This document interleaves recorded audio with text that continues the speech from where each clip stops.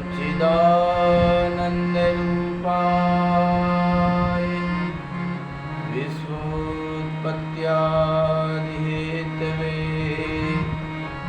तापत्रय विनाशाय श्रीकृष्णाय वयं नमः। वंशीभूषितकरान्नवनीरदाभान् पीताम्बरादरुणबिम्बफलाधनुष्ठान् पूर्णेन्दुसुन्दरमुखादरविन्दनेत्रान् कृष्णात् परं किमपि तत्त्वमहं न जाने। वागीशायस्य वदने लक्ष्मीर्यस्य च वक्षसि यस्यास्ते हृदये संवित्तं नृसिंहं भजे। यं प्रव्रजन्तमनुपेतमपेतकृत्यं द्वैपायनो विरहकातरया पुत्रेति तन्मयतया तर्वोऽभिनेदुस्तं सर्वभूतहृदयं मुनिमानतोऽस्मि। भूतैर्महद्भिर्यैवा पुरो विभुर्निर्मायसे ते यदमुसुपुरुषः भुङ्क्ते गुणान् षोडश षोडशात्मकः सोऽलङ्कृषीष्ट भगवान् वचांसि मे। अतुलितबलधामं हेमशैलाभदेहं धनुजवनकृशानं ज्ञानिनामग्रगण्यं सकलगुणनिधानं वानराणामधीशं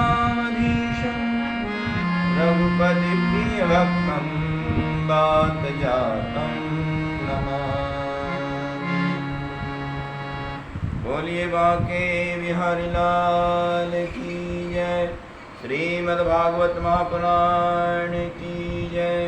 श्री राधा रानी की जय। वृंदावन धाम की जय। जय जय श्री राधे। आइए पुनः हम लोग श्रीमद् भागवत महापुराण के 10वें स्कंध की कथाओं का चिंतन कर रहे हैं। अपनी वाणी को पावन बनाने के लिए कल के सत्संग प्रसंग में श्री सुखदेव जी ने परीक्षित से कहा कि परीक्षित 4 दिन हो गए हैं, कुछ जलपान कर लो, कुछ अन्न ग्रहण कर लो, फिर कथा श्रवण करना। परीक्षित ने कहा कि नैषाति दुस्सहा क्षुन्मां त्यक्तोदमपि बाधते पिबंतम तुन्मुखां भोजच्युतम हरि कथामतम। आप मेरे भूख प्यास की चिंता न करें भगवान, क्योंकि आपके मुखचंद्र से जो श्री कृष्ण चरितामृत निकल रहा उसका मैं पान कर रहा हूँ। जो अमृत पीता हो उसको क्षुधा पिपासा क्या करे।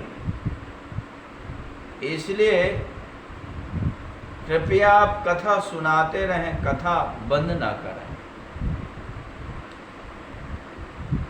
सुखदेव जी ने अभिवादन किया परीक्षित का कि धन्य हो विष्णुरात, तुम्हारी जिज्ञासा, तुम्हारी अनन्यता, तुम्हारी कथा में लगन देखकर मैं बहुत प्रसन्न हूँ।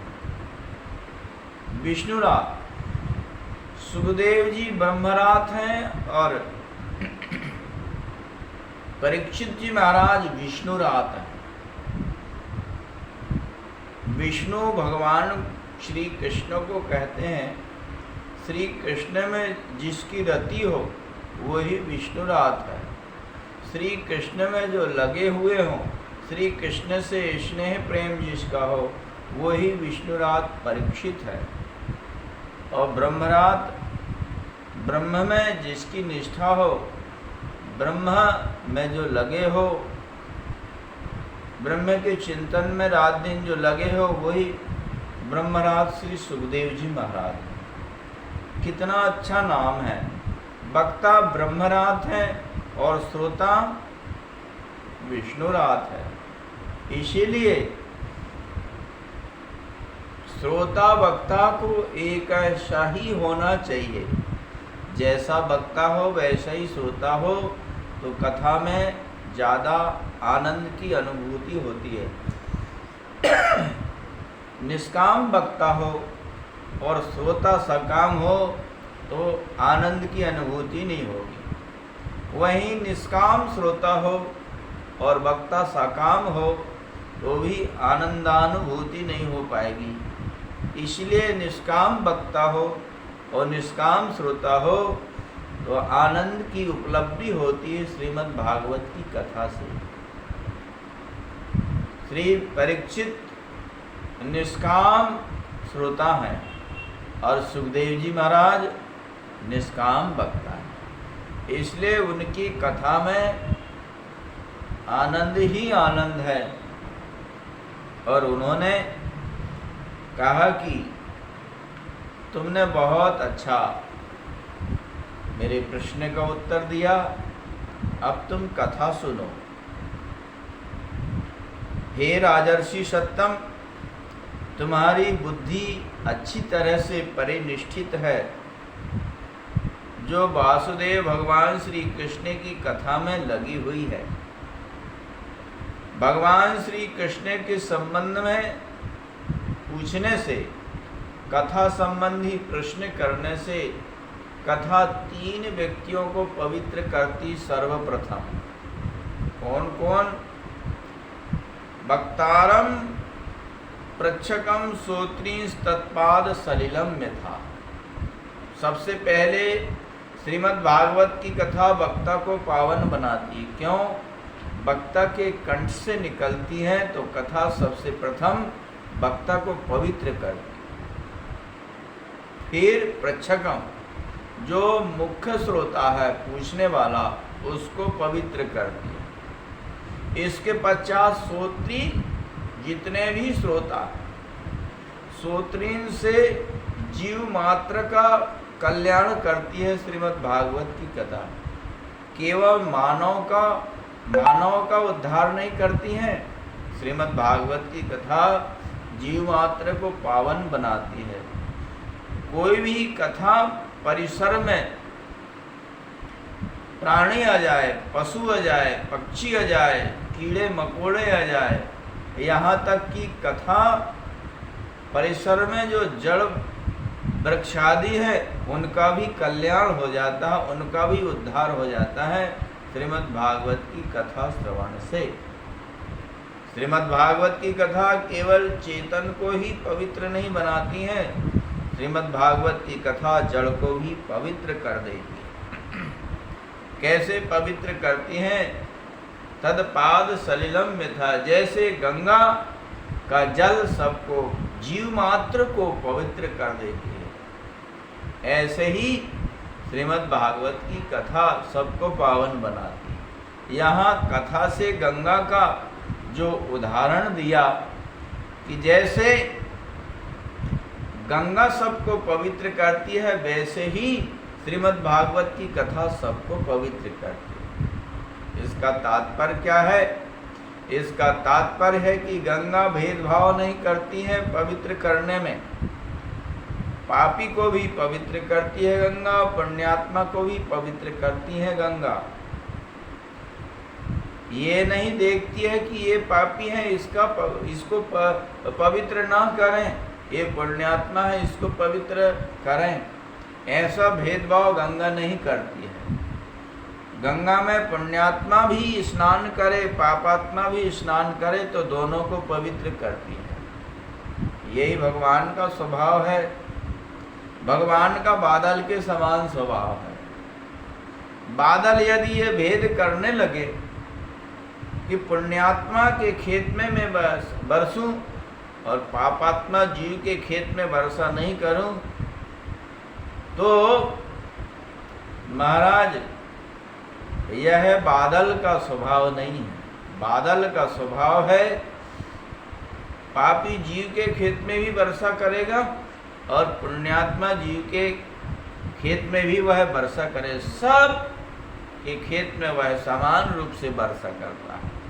ऐसे ही भगवान सबका कल्याण करते हैं, सबका उद्धार करते हैं। जो भी जीव उनके शरण में चला जाए, पापी चला जाए, पुण्यात्मा चला जाए, जैसा भी जीव चला जाए, भगवान उसका कल्याण करते हैं। राजन, पृथ्वी भाराक्रांत हो जाती है, भार महसूस करती है। पृथ्वी सोचती है कि यह समुद्र का भार मुझे भार नहीं लगता, ये पर्वतों का भार नहीं लगता, नदियों का भार नहीं लगता मुझे, ये वृक्षों का भार नहीं लगता है मुझे। जसु मोहि गरु एक परद्रोही। एक व्यक्ति कोई पापी हो जाए पृथ्वी के ऊपर, दूसरे से द्रोह करने वाला हो जाए, तो वह पृथ्वी का भार हो जाता है। कहते हैं ना कि ये व्यक्ति पृथ्वी का भार है। अरे तू पृथ्वी का भार है, तो हमको पृथ्वी का भार नहीं बनना है। अर्थात पृथ्वी देखिए, उसका नाम क्षमा है। क्षमा गुण सबसे ज़्यादा है पृथ्वी में। हम पृथ्वी के ऊपर कितना पाप करते हैं, अत्याचार करते हैं, मलमूत्र त्यागन करते हैं, पर पृथ्वी हमको दंडित नहीं करती, दंड नहीं देती। कितनी बड़ी क्षमाशील है पृथ्वी, क्योंकि उसका नाम ही क्षमा है। यदि क्षमा गुण की शिक्षा लेना हो, क्षमा की शिक्षा लेना हो हमको, तो पृथ्वी से हम सीखें। जैसे पृथ्वी में हम मलमूत्र त्यागन कर देते हैं, फिर भी पृथ्वी जो है हमको दंडित नहीं करती, हमको अपराधी समझ करके और उस अपराध का फल नहीं देती। इसीलिए तो फिर भी देखिए, मलमूत्र करने से हमको पृथ्वी दंडित नहीं करती, दंड नहीं देती, फिर भी शास्त्रों में नियम बताया है मलमूत्र त्याग करने का। मलमूत्र किस दिशा में मुख करके मल त्यागन करना चाहिए, कहाँ पेशाब करना चाहिए। जब आप वर्तमान में, पहले का नियम था कि जंगल में जाते थे लोग, तो वहाँ पर जंगल में शौच बैठने, दक्षिण दिशा की ओर मुख करके शौच करना चाहिए। और शौच में बैठने के पूर्व में एक मंत्र बोला जाता, उत्तिष्ठन्तु सुराः सर्वे यक्ष गंधर्व किन्नराः। हे देवताओं, यदि तुम लोग यहाँ बैठे हो, यक्ष गंधर्व किन्नर आदि यदि यहाँ बैठे हो, तो यहाँ से उठ जाएं, क्योंकि मैं मलमूत्र का त्याग कर रहा हूँ। ऐसी प्रार्थना करने के पश्चात पृथ्वी में दक्षिण दिशा की ओर मुख करके और मल का त्याग करना चाहिए, मूत्र का त्याग करना चाहिए, ऐसा विधान। क्योंकि हो सकता है किसी वृक्ष के नीचे जहाँ हम मलमूत्र त्याग कर रहे हैं, वहाँ कोई देवी देवता हो, इसलिए ऐसे निर्जन स्थानों में घर की बात, जहाँ लेटरिन होती उसकी बात छोड़ करके जहाँ निर्जन स्थान वन आदि है, वहाँ यदि हम मलमूत्र का त्याग करते हैं तो मंत्र बोला जाता है। मल त्याग करने का अलग मंत्र है, मूत्र और पेशाब करने का अलग मंत्र होता है। तो प्रभु कृपा से पृथ्वी में खड़े होकर के कभी पेशाब नहीं करना चाहिए, बैठ कर के पेशाब करना चाहिए। खड़े होकर के पेशाब करने से जो है अपराध लगता है, पाप लगता है। ऐसे भी आयुर्वेद कहता है कि खड़े होकर पेशाब करने से हमारी जठराग्नि में जो है अंतर आता है, और उदर में जो है शूल आता है, अनेक प्रकार के किडनी आदि में दिक्कत हो जाती है, लीवर में दिक्कत हो जाती है खड़े होकर पेशाब करने से। इसीलिए खड़े होकर कभी भी पेशाब नहीं करते हैं। संत महात्मा हमेशा बैठ कर के, जो सदाचारी ब्राह्मण हैं, संत महापुरुष हैं, जो व्यक्ति इस बात को जानता है, वो कभी खड़े होकर के पेशाब नहीं करते हैं। इसलिए बैठ कर के पेशाब करना चाहिए। खड़े होकर भोजन नहीं करना चाहिए, बैठ कर के भोजन करना चाहिए। चलते फिरते भोजन नहीं करना चाहिए। एक जगह बैठ कर के भोजन करें और खड़े होकर के भोजन ना करें। उससे आयुर्वेद शास्त्र कहता है कि जो खड़े होकर के भोजन करता है उसकी जठराग्नि मंद पड़ जाती है। भोजन पाचन क्रिया जो होती है वो मंद पड़ जाती है। इसलिए खड़े होकर कभी भोजन नहीं करना चाहिए, बैठ कर के भोजन करना चाहिए। जूता चप्पल पहन के कभी भोजन नहीं करना चाहिए। जूता चप्पल जो होते हैं वह अशुद्ध माने जाते हैं, क्योंकि अशुद्ध स्थानों में हम लोग उनको पहन करके चले जाते हैं, तो उनको पहन करके भोजन नहीं करना चाहिए। ना तो जूता चप्पल पहन करके कभी भोजन बनाना चाहिए। भोजन जो है पवित्र वस्तु होती है, इसलिए स्नान करके भोजन बनाना चाहिए। बिना स्नान किए भोजन नहीं बनाना चाहिए, क्योंकि हम सोते हैं तो आधे मुर्दे के समान हो जाते हैं। निद्रावस्था आ जाती है तो अर्ध शव हो जाता है, हमारा शरीर अशुद्ध हो जाता है। बिना स्नान किए वह शरीर शुद्ध नहीं होता है। इसलिए स्नान करके भोजन बनाना चाहिए, स्नान करके भोजन करना चाहिए। लोग बिना स्नान के भोजन कर लेते हैं, बिना स्नान के ही भोजन बना लेते हैं। पवित्र होकर के भोजन बनाएंगे, पवित्र होकर के भोजन करेंगे तो हमारा चित्त शुद्ध रहेगा और हमारा स्वास्थ्य भी अच्छा रहेगा। क्योंकि कलयुग में अन्न में ही प्राण है, बिना अन्न के हमारा जीवन नहीं है। इसीलिए पवित्र होकर के भोजन बनाएं, पवित्र होकर के और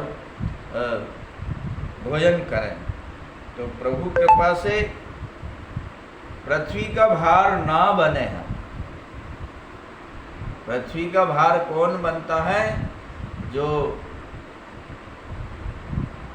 शास्त्र विरुद्ध काम करता है, दूसरे से द्रोह करता है, वही पृथ्वी का भार माना गया है। इसलिए हम कभी भी शास्त्र विरुद्ध ना काम करें। प्रभु ने जो आदेश दिया है उनका हम पालन करें, तो हम पृथ्वी का भार नहीं बनेंगे। तो पृथ्वी दुखित हो जाती है और पृथ्वी गाय का रूप लेकर, पृथ्वी ने गाय का रूप क्यों लिया? क्योंकि गाय सभी पशु पक्षी मानव आदि जितने हैं, गाय सबसे बड़ी पवित्र और गाय सर्वदेवमयी है। सारे देवता गाय में प्रतिष्ठित है। गाय की परिक्रमा करने मात्र से सारे देवताओं की परिक्रमा हो जाती है। गाय को भोजन घास खिलाने से सारे देवताओं को भोग लग जाता है। ब्रह्मा विष्णु महेश 33 कोटि देवता गाय के शरीर में विद्यमान होते हैं। गाय के गोबर में लक्ष्मी है और गाय के गोमूत्र में गंगा का निवास होता है। सारे देव वर्णन आता है कि सारे देवता गाय के प्रत्येक अंग में विराजमान हो गए। बाद में लक्ष्मी आई तो लक्ष्मी ने कहा कि मैं कहाँ बैठूं? देवताओं ने कहा कि यहाँ तो कोई जगह नहीं है, आप देख लो कहाँ बैठना है, अपने इच्छा से बैठ जाओ। तो गाय ने ताज़ा गोबर किया था तो गाय लक्ष्मी जी गाय के गोबर में बैठ गई। तो जिन घरों में नित्य जो है गाय के गोबर से लीपा जाता है उन घरों में लक्ष्मी का निवास होता है। गाय के गोबर की बहुत बड़ी महिमा है। कोई व्यक्ति पशु पक्षी कहीं विष्ठा कर दे तो वह स्थान अशुद्ध हो जाता, अपवित्र हो जाता। किंतु अपवित्र स्थान को पवित्र करने के लिए हम लोग गाय के गोबर से लीप देते हैं तो वह स्थान पवित्र हो जाता। किसी की विष्ठा पूजनीय नहीं होता, पर धन्य है गाय का गोबर, वह पूजनीय है। हम गाय के गोबर के गोवर्धन बना करके पूजा करते हैं। गाय के गोबर के गणेश बना करके हम लोग सनातनी लोग पूजन करते हैं। कितनी बड़ी महिमा है गाय की, गोबर का पूजन। गोमूत्र में गंगा का निवास है। बाद में गंगा आई तो गंगा ने पूछा देवताओं से कि मैं कहाँ निवास करूं। देवताओं ने कहा कि यहाँ तो स्थान खाली नहीं है, तुम्हारी जहाँ इच्छा हो वहाँ बैठ जाओ जा करके। तो गाय ने गोमूत्र किया था तो गोमूत्र में गंगा बैठ गई।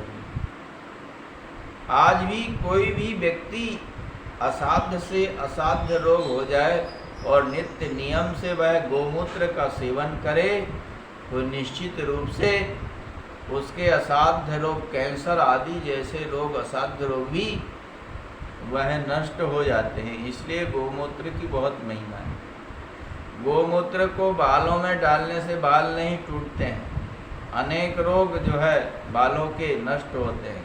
गोमूत्र को आँख में डालने से आँख की ज्योति बढ़ती है। नित्य गोमूत्र आँख में डाले तो चश्मा भी उतर जाता है। इतनी बड़ी महिमा है। नित्य यदि कोई सेवन करता है तो उसकी किडनी का प्रॉब्लम ठीक हो जाता है, उसका लीवर सही हो जाता है, भूख अच्छी लगती है, पाचन शक्ति बढ़ती है। चर्म रोग यदि किसी को हो गया है, नित्य चर्म रोग में यह गोमूत्र लगाए तो कुछ दिन के पश्चात वह चर्म रोग समाप्त हो जाता। खुजली हो रही है, सेवन करे गोमूत्र और खुजली में यदि व्यक्ति लगाए तो गोमूत्र से ठीक हो जाती खुजली। तो गाय जो है सर्वदेवमयी है, इसलिए जगत में सर्वपूज्य गाय है। और वर्तमान में संत महापुरुष शासन से यह कह रहे हैं कि गो को जो है, गाय को राष्ट्र पशु घोषित की जाए, क्योंकि गाय के ऊपर बहुत लोग अत्याचार करते हैं तो वो अत्याचार नहीं करेंगे, और जो अत्याचार करेंगे, गोवध आदि करेंगे, उनको मृत्यु दंड का प्रावधान होना चाहिए। गाय को राष्ट्र पशु घोषित की जाए। प्रभु कृपा से जैसे हिरण को मारने में अपराध है, दंड है, वैसे ही गाय को मारने में अपराध और दंड का विधान होना चाहिए। तो पृथ्वी दुखित होकर के गाय का रूप लेकर के और ब्रह्मा के पास जाती। गोस्वामी तुलसीदास जी कहते हैं, धेनु रूप धरी हृदय मझारी, गई यहाँ सुर मुनि समझारी। ब्रह्मा के पास जाती। सबसे पहले ब्रह्मा के पास क्यों गई? सीधे भगवान के पास पृथ्वी क्यों नहीं जाती है? उसकी वजह यह है कि ब्रह्मा जो है भगवान के सबसे बड़े पुत्र हैं, बेटे हैं। भगवान के नाभि से कमल उत्पन्न हुआ, कमल से ब्रह्मा उत्पन्न हुए, सबसे बड़े बेटे ब्रह्मा जी हैं। और पृथ्वी को भगवान की पत्नी बताया गया शास्त्रों में। पृथ्वी को श्री देवी, भूदेवी, ये भगवान की पत्नी। श्री देवी लक्ष्मी और भूदेवी पृथ्वी। तो पृथ्वी गाय का रूप लेकर ब्रह्मा के पास जाती है, क्यों? जैसे पत्नी को कोई तकलीफ हो और उसकी शिकायत डायरेक्ट पति से करे तो पति एक बार अविश्वास कर सकता है, उसके विचार पर, उसकी वाणी पर विश्वास नहीं भी कर सकता। पर वही बड़ा पुत्र कहे कि नहीं पिताजी, जो माताजी कह रही है वह सही बात है, झूठ नहीं है।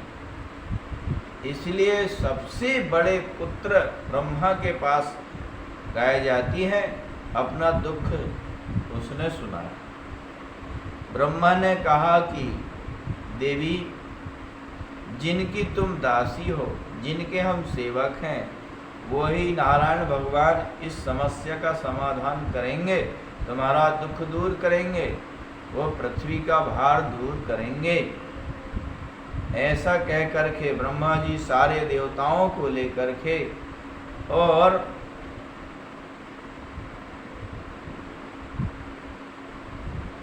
क्षीर पयोनिधि, क्षीर समुद्र के किनारे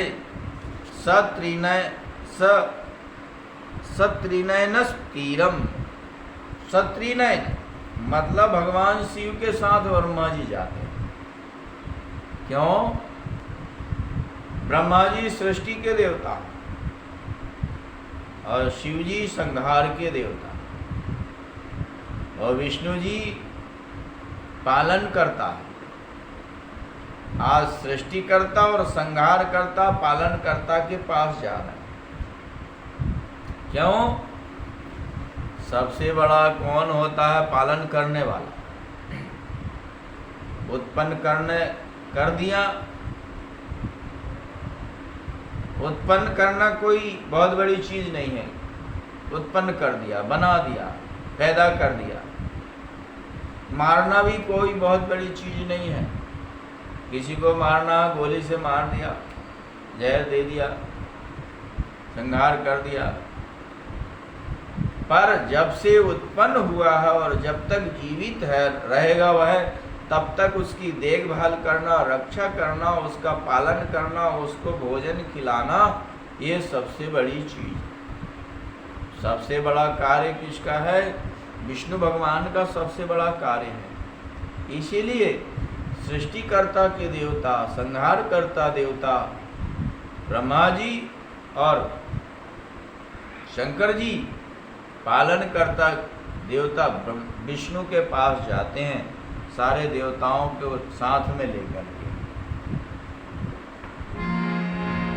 देवताओं ने कहा कि भगवान कहाँ मिलेंगे, कहाँ मिलेंगे, कहाँ चलें?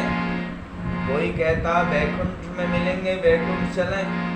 कोई कहता है कि भगवान क्षीर समुद्र में निवास करते हैं, वहां चलें। तो शंकर जी ने कहा देवताओं, भगवान कहाँ नहीं है, सब जगह है। हरि व्यापक सर भद्र समाना, हरि व्यापक सर भद्र समाना, प्रेमित प्रगट होई में जाना, प्रेमित प्रगट होई में जाना। आग जगमय सब रहित विरागी, आग जगमय सब रहित विरागी, प्रेमित प्रभु प्रगटई जिमियागी, प्रेमित प्रभु प्रगटई जिमियागी। भगवान सर्वत्र व्याप्त है। जैसे लकड़ी में अग्नि व्याप्त है, पर उस लकड़ी में व्याप्त अग्नि को प्रकट करने के लिए रगड़ की जरूरत होती है। जब एक लकड़ी के ऊपर दूसरी लकड़ी रख कर के हम उसको रगड़ करते हैं, बार बार रगड़ करते हैं, आपने देखा होगा यज्ञों में अरणि मंथन होता है। अरणि की एक लकड़ी होती है और ऐसा मथते हैं, मथते मथते घुमाते घुमाते उसमें अग्नि प्रकट होता है। तो लकड़ी में अग्नि व्याप्त है और उसको प्रकट करने के लिए मंथन की जरूरत है, रगड़ की जरूरत है। इसी तरह से संसार में परमात्मा व्याप्त है चराचर में, उनको प्रकट करने के लिए प्रेम की जरूरत है। बिना प्रेम के ईश्वर नहीं प्रकट होता। बिना प्रेम रीझे नहीं नटवर नंद किशोर। इसलिए प्रेम के बिना भगवान रीझते नहीं हैं। उनको प्रकट करने के लिए प्रेम चाहिए। तो ब्रह्मा आदि देवताओं ने सुना तो वहीं समुद्र के किनारे, क्षीर पयोनिधि के किनारे देवताओं, सभी देवता लोग बैठ गए और सभी देवताओं ने स्तुति की पुरुष सूक्त के द्वारा। हरि ओम सहस्रशीर्षा पुरुषः सहस्राक्षः सहस्रपात स्वभूमिगुं सर्वतः श्रुत्वा तिष्ठदशांगुलं। पुरुष सूक्त वेद मंत्रों के द्वारा जो है स्तुति की ब्रह्मादि देवता। रामायण में जय जय सुरनायक कह करके और स्तुति करते हैं, क्योंकि रामायण जो है हिंदी का ग्रंथ है, श्रीमद् भागवत संस्कृत का ग्रंथ है, इसलिए वेद मंत्र पुरुष सूक्त के द्वारा स्तुति। ये 16 मंत्र जो है बहुत प्रभावशाली हैं और इनके द्वारा विष्णु की पूजन होता, अभिषेक होता।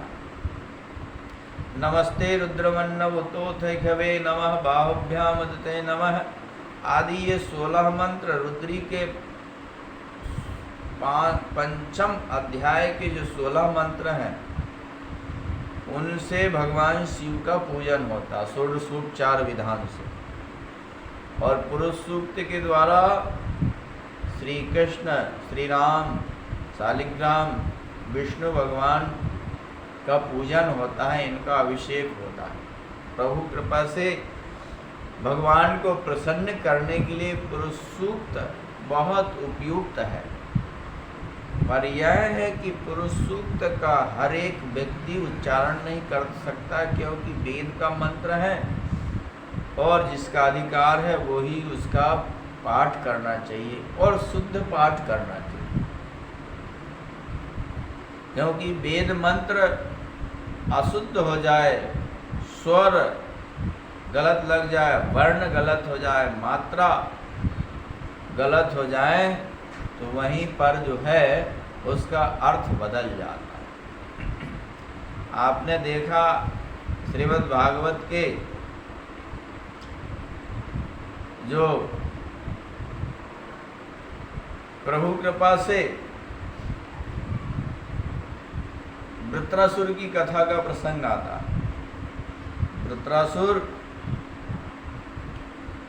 वृत्रासुर को इंद्र ने वध कर दिया, तो उसका पिता जो त्वष्टा था वह बहुत गुस्सा हुआ और इंद्र शत्रो विवर्धस्व मही जहि माचिरम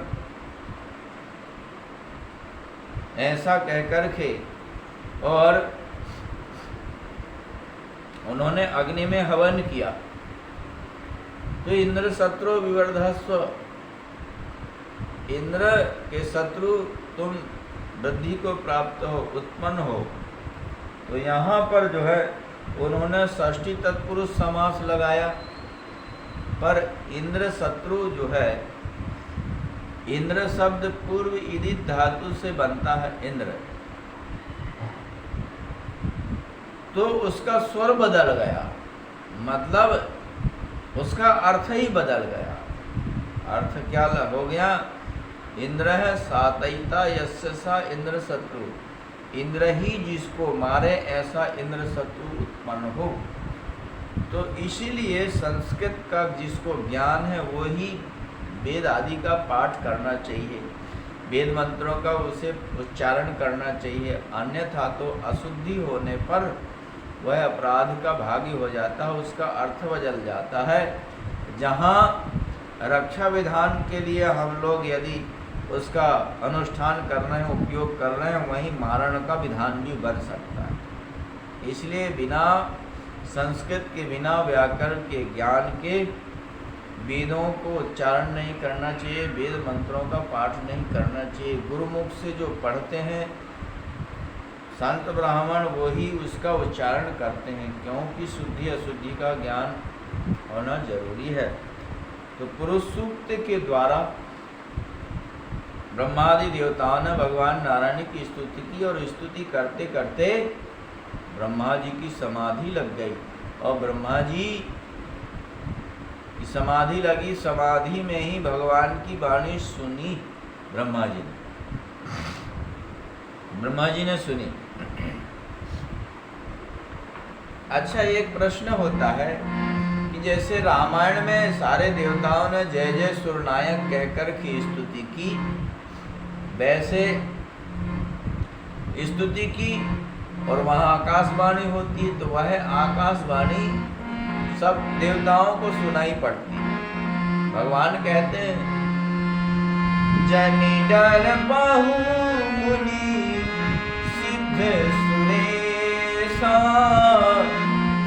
जनि डर पाहु मुनि सिद्ध सुरेशा, तुम ही लागी दरियाहु नरलेसा, तुम ही लागी धरियाहु नरलेसा।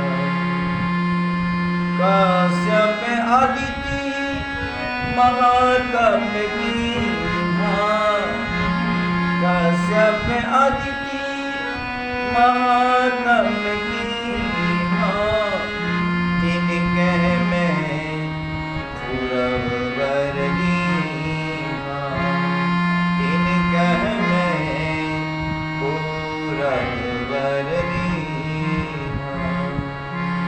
ते दशरथ कौसल्या रूपा। जैसे भगवान ने आकाशवाणी की और सारे देवताओं को सुनाई पड़ी वह आकाशवाणी भगवान की, वैसे यहाँ श्रीमद् भागवत में सब देवताओं को वह वाणी भगवान की क्यों नहीं सुनाई पड़ी, केवल ब्रह्मा को ही समाधि में सुनाई पड़ी। इस पर हमारे श्रद्धेय सद्गुरुदेव जब श्रीमद् भागवत का स्वाध्याय कराते थे पूज्य श्री रामानुजाचार्य जी, वो कहते थे कि उन देवताओं के समाज में कुछ ऐसे लोग भी थे जो असुरों से मिले हुए थे, इसलिए भगवान ने अधिकारी ब्रह्मा को ही वह वाणी सुनाई दी। कहीं सारे देवताओं को भगवान ने ये नहीं बताया, क्योंकि गुप्त चीज होती है वो हर एक को नहीं बताई जाती, अधिकारी को ही बताई जाती है, अधिकारी को ही बताई जाती है। तब ब्रह्मा ने सारे देवताओं से कहा कि देवताओं, मुझे भगवान की वाणी सुनाई पड़ी है, भगवान अवतार लेंगे, भगवान पृथ्वी का भार दूर करने के लिए अवतरित होंगे।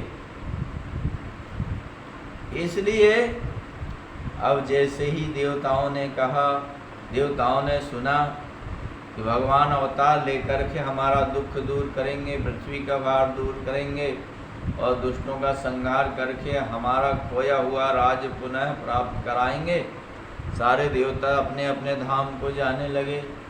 ब्रह्मा ने सबको रोका, अरे देवताओं कहाँ जा रहे हो? बोले हम लोग अपने धाम को जा रहे हैं, अब समस्या का समाधान तो हो ही गया, भगवान अवतार लेंगे। ब्रह्मा ने कहा कि देवताओं सुनो, भगवान क्या करेंगे वह तो आपने सुना, मेरे मुख से तुमने सुना कि भगवान क्या करेंगे, अवतार लेंगे, पर अब तुमको क्या करना वो मैं बताता हूँ। यही तो प्रारब्ध और पुरुषार्थ है। हम प्रारब्ध के भरोसे बैठ करके अकर्मण्य ना बने, पुरुषार्थ करें। बहुत से लोग जो है कहते हैं कि हमारे किस्मत में जो होगा वो मिलेगा, जब किस्मत में होगा तब मिलेगा। ऐसा सोचने वाले लोग जो हैं कुछ नहीं कर पाते हैं, संसार में कुछ भी प्राप्त नहीं कर पाते हैं। इसलिए कुछ प्राप्त करने के लिए, कुछ बनने के लिए प्रारब्ध के भरोसे में मत रहिए कि हमारे किस्मत में होगा तो मिलेगा, हमारे किस्मत में जितना होगा उतना मिलेगा, हमारे किस्मत में जब मिलना होगा तब मिलेगा। ऐसा सोच करके हम घर में बैठ जाएं, कुछ ना करें, अकर्मण्य हो जाएं, तो हमको कुछ भी नहीं मिल पाएगा। इसलिए व्यक्ति को जो है पुरुषार्थी बनना चाहिए, कर्म करना चाहिए। अब भगवान ने हमको दो हाथ किस लिए दिए हैं? कर्म करने के लिए। ये कर्म के प्रतीक है हमारे हाथ। कर्म करिए, पुरुषार्थ करिए। और हम लोग शिक्षा देते हैं ना कि प्रातः काल उठ करके क्या करना चाहिए।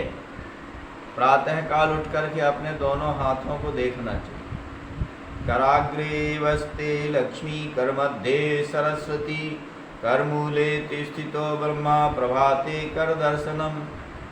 प्रातः काल उठ करके हमको अपने दोनों हाथों को देखना चाहिए, क्योंकि हमारे दोनों हाथों के अग्रभाग में लक्ष्मी विराजमान रहती, मध्य में सरस्वती और हाथ के मूल में ब्रह्मा जी निवास करते हैं। प्रातः काल हमको अपने हाथ के दर्शन करने से मंगल होता है।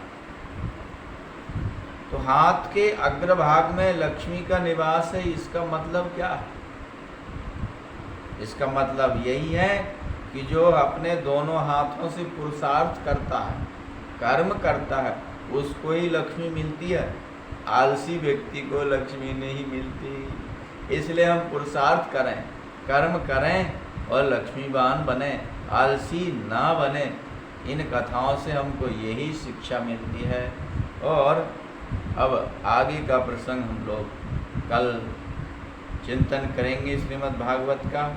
अपनी वाणी को पवित्र करने के लिए हम लोग श्रीमद् भागवत के श्लोक भगवान वृंदावन धाम में, शिव कृपा धाम में बैठ करके और ठाकुर जी को दैनिक यह सत्संग श्रवण कराते हैं, तो उनकी कृपा बनी रहे। ऐसे ही बोलिए श्रीमद् भागवत महापुराण की जय, बांके बिहारी लाल की जय। राधे राधे गोविंद गोविंद राधे, राधे राधे गोविंद गोविंद राधे, राधे राधे गोविंद गोविंद राधे, राधे राधे गोविंद गोविंद राधे, राधे राधे गोविंद गोविंद राधे, राधे राधे गोविंद गोविंद राधे।